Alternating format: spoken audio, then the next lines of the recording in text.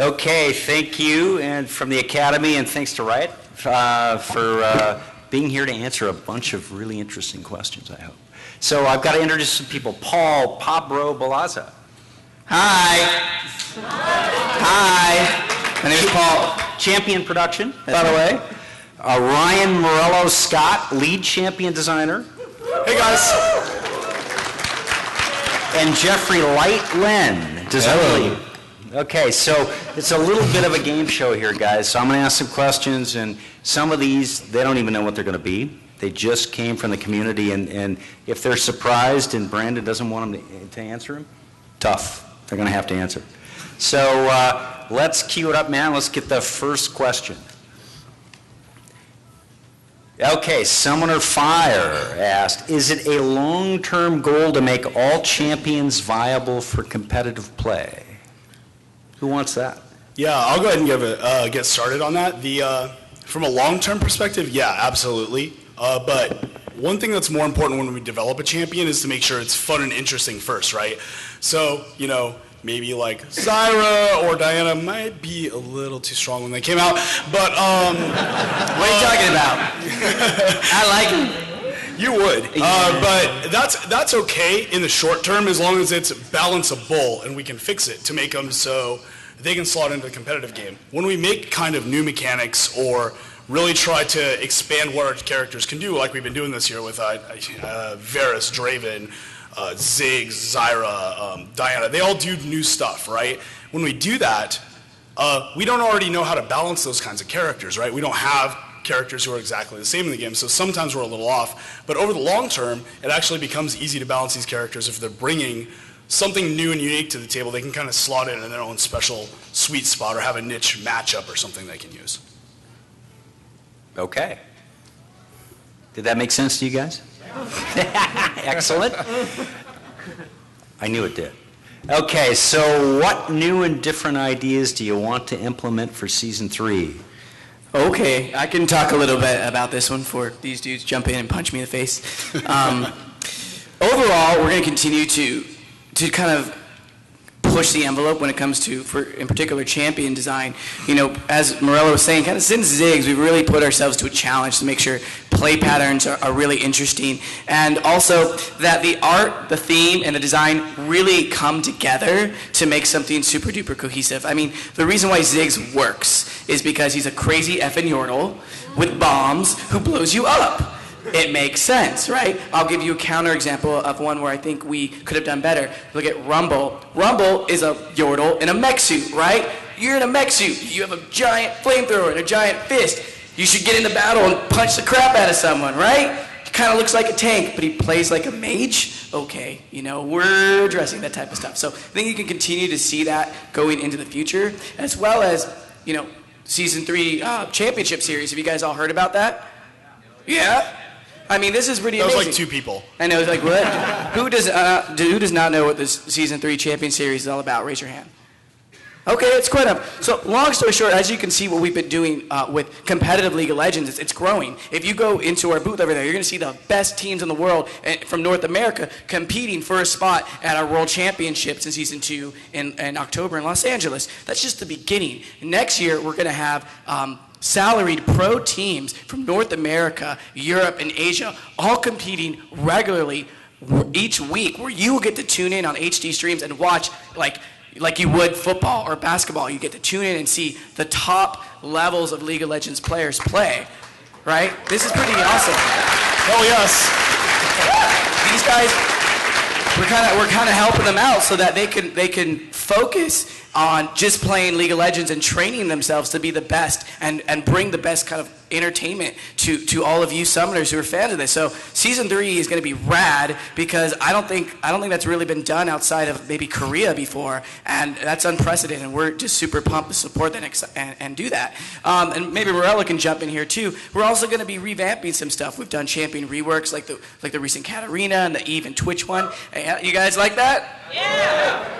Some's like, meh. Some people are like, well, and I think you can kind of see that. And you know, we're even looking at doing some stuff with items too. And I don't know, maybe Morello can talk about that a little bit. Yeah, I mean, the thing is, League of Legends is really fun and we like it, and it's an awesome competitive game. But the way we tend to look at it's like, wow, here's all these other things we could also do. So we're chasing after some of that. Paul hinted at it.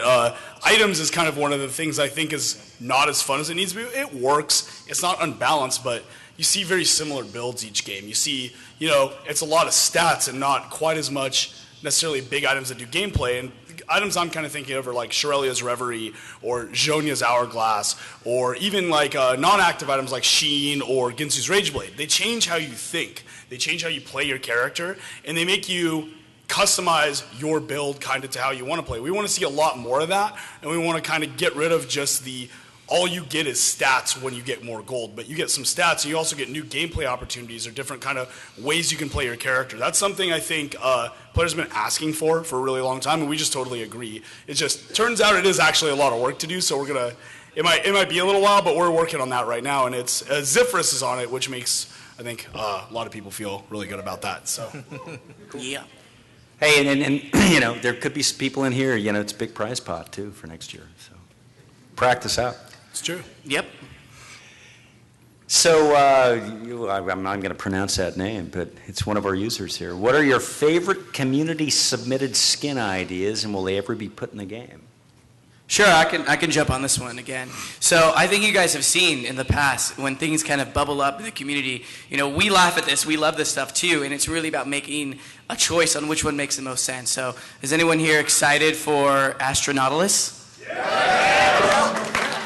Maybe some Pool Party Zigs? Did anyone see the Pool Party Zigs cosplay that happened today? That skin's not even out. So I'm just saying, that type of stuff happens. We're excited. I think you can also see things like, and that was done by Matt.com, who's a really awesome contributor. And there's just kind of all stars in the community who do this, and we get really excited and want to make the commitment to do it. Like Bunny Girl Riven, you guys saw that. That was something you guys wanted. We gave it to you as well. So I think Surprise Party Fiddlesticks. I'm rattling them all off now. But I mean, the fact of the matter is, we look at this stuff too, and we appreciate it. And it's about what makes sense for the game, right? What can bring value to you guys that you think would like. So really just kind of see what bubbles up, and that's how we go about doing it. But what about you guys? Look, it's pretty simple actually. We want to make a cool game that's fun, that's full of stuff you guys like. That makes a surprising amount of sense, right? So when you guys say, holy crap, a lot of us want this thing, we should just probably make that. So, there's some things that are a little bit more tumultuous. I don't know how to say that word. I've only read it, so I don't know why I'm trying to say it. But like Lady Gaga's, a little bit more of a shady area. Gotta think about stuff like that a little bit. Pool Party Zigs, Astronautilus, Surprise Party Fiddlesticks. I mean, list goes on. Christmas Tree Maokai was a big one too. You guys are all about. I mean, we should simply put, Riot Games should make stuff that's good for the game that people like. And skins you guys ask for a lot are probably something you guys like. So does that sound good? Yeah. Okay. Pretty simple. Okay. Hey, and you guys will get your chance later on in this Q&A too to ask some questions and tell them what you want, which is good. So, Glumduck.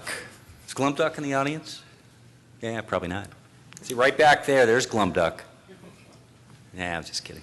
I'd like to hear something about Dominion. Are you guys currently working on the mode, and might we have ranked mode soon? And Jeffrey, can you hit that? Oh, yeah, sure. So traditionally, we admit that we haven't been too great on paying attention to other game modes, such as Dominion and Twisted Treeline. But the good news is we've actually hired, or actually have, Riot Gnome, and he's going to be working full-time just on those game modes, and we've given him a team to just do that all day. Yeah, I mean, we added these game modes, and we like Dominion, we like Twisted Treeline, but it's like, it took a lot of effort to make them, and then we're like, wait, maybe, it probably requires more work to update these things than maybe we thought. It's their own communities, and they have their own special needs about how they need to be balanced, as well as people who play the game mode and really understand it need to be working on it and updating it with new content, balance, just kind of keep it fresh like Summoner's Rift is. One of the coolest things about League of Legends. So, yeah, the TLDR, we haven't done the best job of that. We recognize it, we admit it, and we've done things to fix it, and soon you'll see some results of that on our alternative game mode. So Twisted Treeline players and Dominion players will be happy with that. Cool. Word. And Murder Bridge too. But it's new, so nobody's talking about that one being not updated yet. So Are there any plans for improving player attitude? Not that you guys have any attitude at all. Gems and angels. And newbies never get throttled, I know that. But are there any plans for improving player attitude surrounding the competitive side? This one might be LYTE. directed at me. So we fully acknowledge that ranked mode right now is really competitive, really hardcore, but that comes with a little bit of toxic personalities. Players may not be as nice as they should be. So we actually have Yeg, who's a designer who's not here today. But me and Yeg are working really hard on Season 3 changes to try to change ranked a little bit to kind of encourage less toxic play. So we have nothing to talk about today, but we're really working hard on that for Season 3. I think you should tell them the name of the team you're on, though. Oh, yeah. My team is actually Team Player Behavior and Justice, so Team PBJ. It's legit. Take a bite. It's That was delicious. That was bad. That was really bad. There's some other things on the gameplay side we also want to do because there's certain gameplay elements that tend to bring out the worst in people that don't need to be there. Much like Jeff, I'm not going to talk entirely about that right now because it's still kind of experimental, but there's a lot of ways to attack this problem, and instead of going, players are just going to do whatever, it's not our problem. No, it is. Like, we make game rules, and that influences how people behave. If you didn't get XP for killing creeps, you didn't get gold for killing creeps, you wouldn't kill creeps. So why can't we manage player behavior outside of the game the same way we do inside the game with game rules? We should just do that. Okay. All right. Thank you. Although I can see it out there, some of you guys don't want that because you just love to hammer on people. No, they want it because they won't get banned anymore if that stops happening.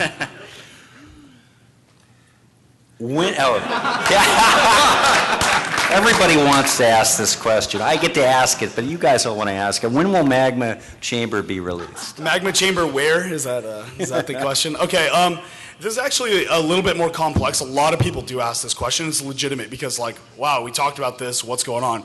I think I want to talk a little bit more even about 5v5 maps in general, though. So imagine, if you will, right now, tomorrow, imagine tomorrow we put out a 5v5 map, and it's perfect. It's perfectly designed, it's perfectly balanced, and it's just fun. The best result you get out of that is you fracture your community and split them in half. Longer queue times, less stable game, all sorts of problems around just fracturing your community. And the benefits you get out of it is you get some novelty when it first starts, but at the end of making a deeper, more kind of competitive, more fun experience, generally speaking, that actually doesn't hold up after the first few weeks. We would rather focus on spending our new map efforts on doing things like ARAM, doing things like Dominion, and then supporting them. And so it's kind of, instead of, the analogy I like to use is, football has one map, right? Like, football doesn't suck because it has one map, right? What's interesting, if you give it a triangle map, you're just gonna fuck the whole thing up. So I don't know why you do that. But on the other hand, you know what else is cool? Basketball.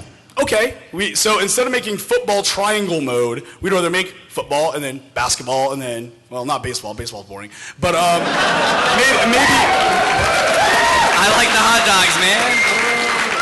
I wasn't sure if that one was going to be plotted or booed. Ice hockey, we want to make new game modes and new experiences, but we don't want to fundamentally take away from the core experience. What makes these games interesting is any competitive sport, whether it's esports or, meat space sports, is teams, players.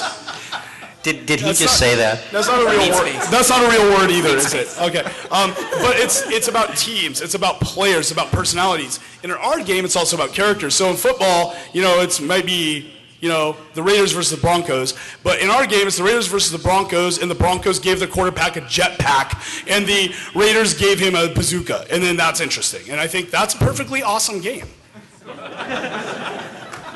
Yeah. I got a little bit more for this.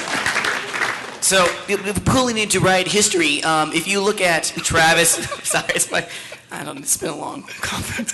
If you look at Travis Volleybert George's GDC talk earlier this year, Magma Chamber actually morphed into Dominion, right? The ideas that we thought were going to work for a magma chamber map kind of started to flesh out over prototyping into what became Dominion. And we learned a lot of lessons when we announced magma chamber. Lesson number 1, don't announce anything, part of my 14-year-old puberty.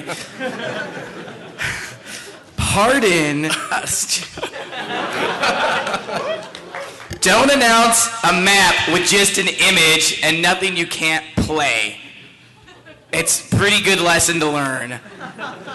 And when we did launch Dominion and we showed Dominion at Gamescom and PAX last year, you know, we had a video and you could see the footage. And then 2 weeks later, you could play the game, right? That's called growing as a company, right? We were really, we were kind of young and we're figuring things out. So that's kind of the bottom line with the magma chamber, and we'll see what happens in the future, okay? Okay. One thing to add on that about the whole announcement lesson thing is it's actually hard because we do cool stuff and we get stoked about it and we were like, oh my God, I want to go talk about it. And, you know, we're kind of like, we can end up, especially me and Bellezza, who is actually Ziggs. That's true. End up being a little bit kind of like get into a 5-year-old excited mode, and we're like, we want to go tell everybody, but we see what the results of that are. So we want to make sure until we have details and can actually talk substantively about anything. We did this with the Stealth remake as well. You know, everybody's Stealth reworkware, and it's, you know, all you can do to dig your heels in and not tell everybody everything because a lot of it changed in development, right? If we said, we did this and we didn't do it, you guys would be like, where's that mechanic? I thought that was cool. And even though there might be a lot of problems with it. So, you know, despite ourselves, we have to sometimes really hold ourselves back and talk about things when they're closer to being a reality. Okay, we're going to get to reality then, I think. Okay. I think. Me? Yeah, I think so. Okay. You know, so main inspiration for creating champions. Sure. So at Riot, we take inspiration pretty much anywhere. We have a really open policy at the company. Anyone could submit ideas for champion. The champion team is a really big, talented group of people: artists, designers, programmers, particle artists, audio dudes, QA people, etc. Anyone on the team can contribute, but anyone at the company, at all the Riot companies, you know, including our European office, Korean office, they can contribute ideas. And so what the champion team is really looking for when we look for ideas from champions is, what is a nugget, something that like we can take with and run away and do something really cool with. An example was Yorick. Yorick came from one of our guys in player support. His name's Bear, and he had this cool idea for like an Undertaker champion. He actually drew a pretty cool picture, but we're like, all right, well that guy looks a little emo, so we're gonna put some steroids in him. No, I'm just kidding. Like, you know, it inspired one of our concept artists to go bananas. Other examples are sometimes a prototype comes out, and it's just so much fun. We go, we have to make this. Zephyrus made Oriana, and Oriana started out as a prototype. It was just something we called Ball Girl internally in the company, because literally he had like a ball and just dispersed and did stuff. And we're like, this is so cool. We did play tests with it with like temporary art, and we're like, wow, how can we turn this into a character, right? And the creative team and the art team got together and came up with the concept that eventually became Oriana. So they really can come from any ideas. And if you guys want to jump in, I mean, that's kind of where I'm coming from. Yeah, I think another good example is Diana was born out of a story, right? We wanted to tell a story with one of our characters, and Diana kind of ended up being created out of that by just like saying, what are some interesting or undeveloped stories in our games? Let's start there. Draven actually was a personality before he was anything. We were like, we want a cocky asshole.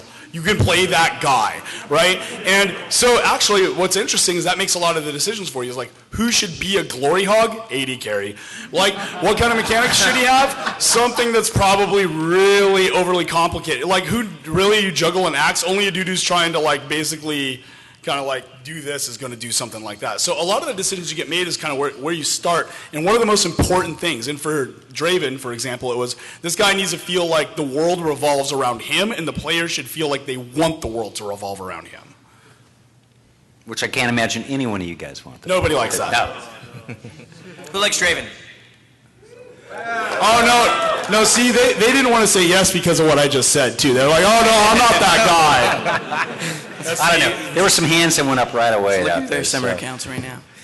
So community expectations is a big deal. So how do you manage those with your own expectations to keep the game fresh for so long? And it's remained fresh for a long time.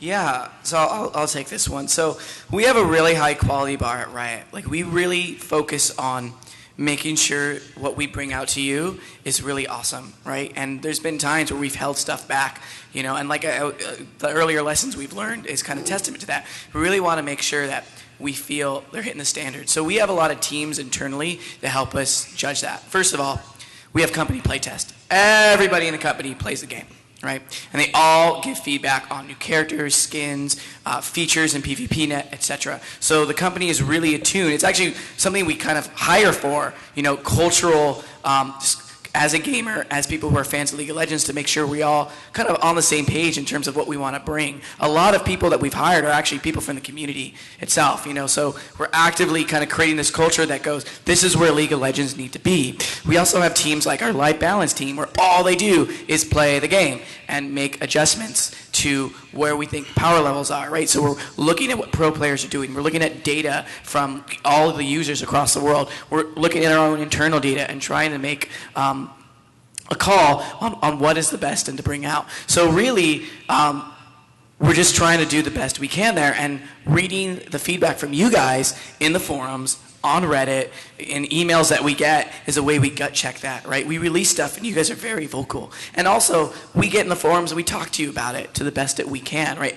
Something that's kind of unique to Riot is anybody in the company can post on the forums, right? A lot of other companies, they have a small community team with a couple people, and they're the voice from the company to you. And we're a company of gamers. We feel like we should be able to talk and converse with you and give context. And I think that type of dialogue with you is what has helped to make League of Legends successful. I mean, what do you guys think?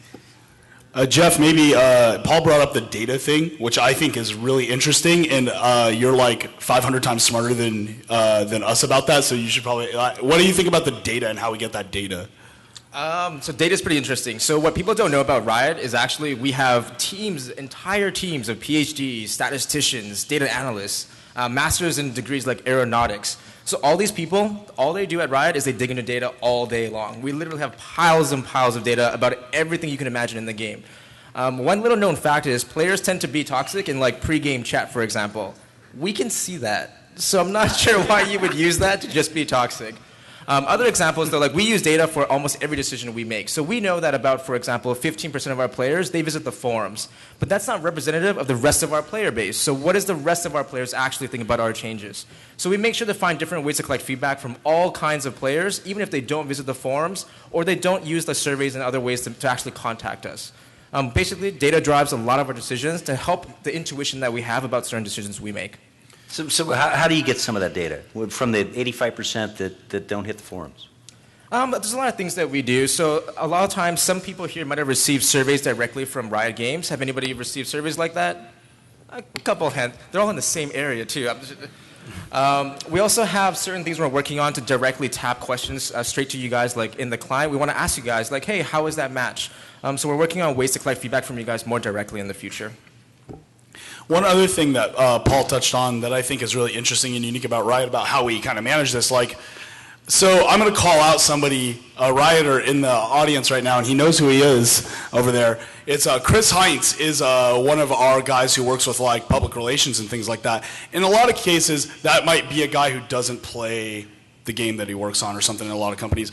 I catch this guy mid-Akali, throwing his keyboard in the air. He's playing the game after work every day. And that's everyone. That's, from core development like design and production to guys in publishing, to guys in business stuff. Everybody plays, and that helps us at least kind of stay on the ground level and understand what players go through. We don't skip the queue times when there are some. We wait in line like everybody else because it frickin' sucks. And if it sucks, we should probably fix it, right? It's having that same experience as the player in a lot of ways. Now, obviously, we're still developers and we're going to have a different bias on it, but it at least gives us insight into what players go through every single day when they play League of Legends.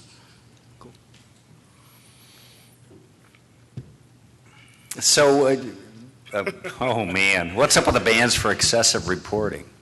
And this is the key question: did it have a positive effect, or was it? So, how many players here actually enjoy playing with jerks? Oh, really? It's honest. Thick skin, maybe. That's thick true. skin. So realistically, we did not actually ban for excessive reporting. So like Pendragon says it best, just don't be a jerk. So a lot of the players that we banned 2 weeks ago, they abuse the report feature excessively so. So these are players that we all know. So as soon as you give first blood, they're in chat already saying you're reported. And the rest of the game, every single mistake you make, you're being reported. They're going to report you 10 times after the game and report everybody else for just being in that game with you anyways. This really happens. There's dudes who actually do that. So we actually found a player that reported every single player in his game for 55 straight games. So either everybody he plays with is toxic or he might be toxic. Why do you have to call me out, Jeff Lynn? We're in the middle of a panel here. Come on, man. This is why Morello can't play League of Legends anymore.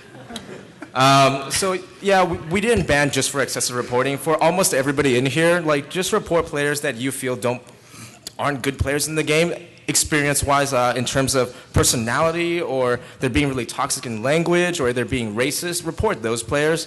Don't necessarily report players just for mistakes they make in the game, and just don't be a douchebag while you're doing it. Yeah. And I'm pretty sure you're going to be fine. Oh, this is my. I wanted this question. I did.